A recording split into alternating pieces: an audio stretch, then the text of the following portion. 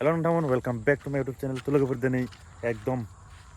बाइकनि भिडिअ लाबोलायबाय आरोना गंसे बाइक दं आंनि गेजेराव माने आंनि बिदि चेनेलाव दा नोंथांमोननो आं देखायगोन बाइकखौ मा बाइक आरो दाखालिनि RC 200 होदोंमोन आं बे सेल जाबाय आरोना लोगोफोर थ' दिनैनिया Dominar 250 फुरा याद हेभियाव दं आरोना र' देखायगासिनो दं मोजां नै जा नायनो हागोन फुरा मडिफिकेसन खालामजोबनाय आरोना ओरैबादि सांगालुगाव दं खालि ग्राफिक साफिकल' होआखै नै इजा उननिखौ नायनो हागोन नोंथांमोना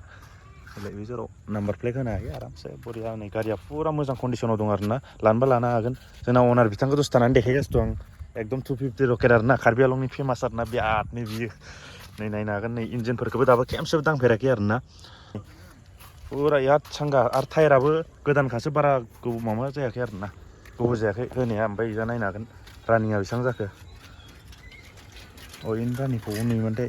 मिथिलाना बारा नै लोगोफोर आरो साउन्डखौ दसे थानानै खोनासंगासिनो दं र' मानसिफोरबो फैगासिनो दं थ' नै नायनो हागोन मोनसेबो स्क्रेच मोननाय नङा आरोना बे गारियाव नै दाबो फुरा गोदानानो गोदान दं बुहुद लासै सालायो आरोना गारिखौ आरो एसे गोजानाव थांबाय थानायखाय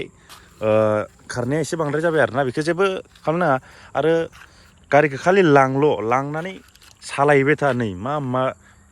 नै मिटारखौबो थिखांनाय आरो बिजा मा दं नै बेफोरखौ नायनो हागोन मा नाममोनलाय बियो रेम्ब' दा मालिकआ एसे नुजानो लाजियो आरोना ओंखायनो आं बेखौ देखायथ'ला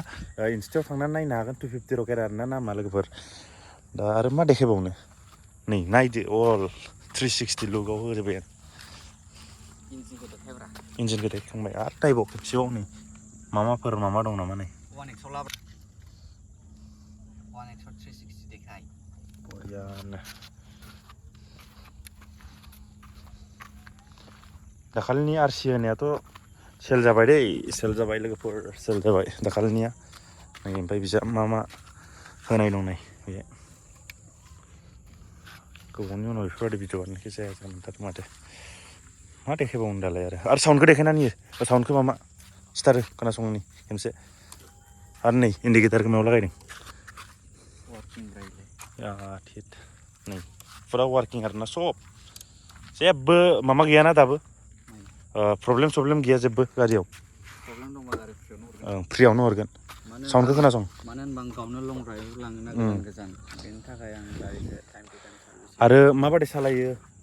इन्स्टायाव नायनो हागोन आरोना 250 रकेट नामा साउन्डखौ खोनासं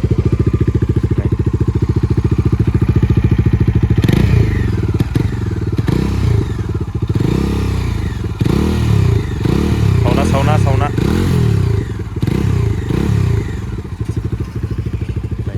फुरा हिट आरोना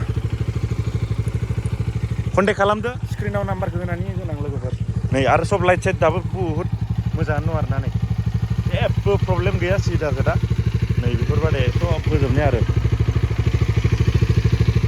जायनो नांगौ कन्टेक्ट खालामदो आं स्क्रिनाव होनानै होगोन नाम्बारखौ ओमफ्राय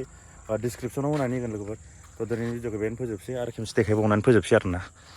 नायदो एकदम 1x देखायना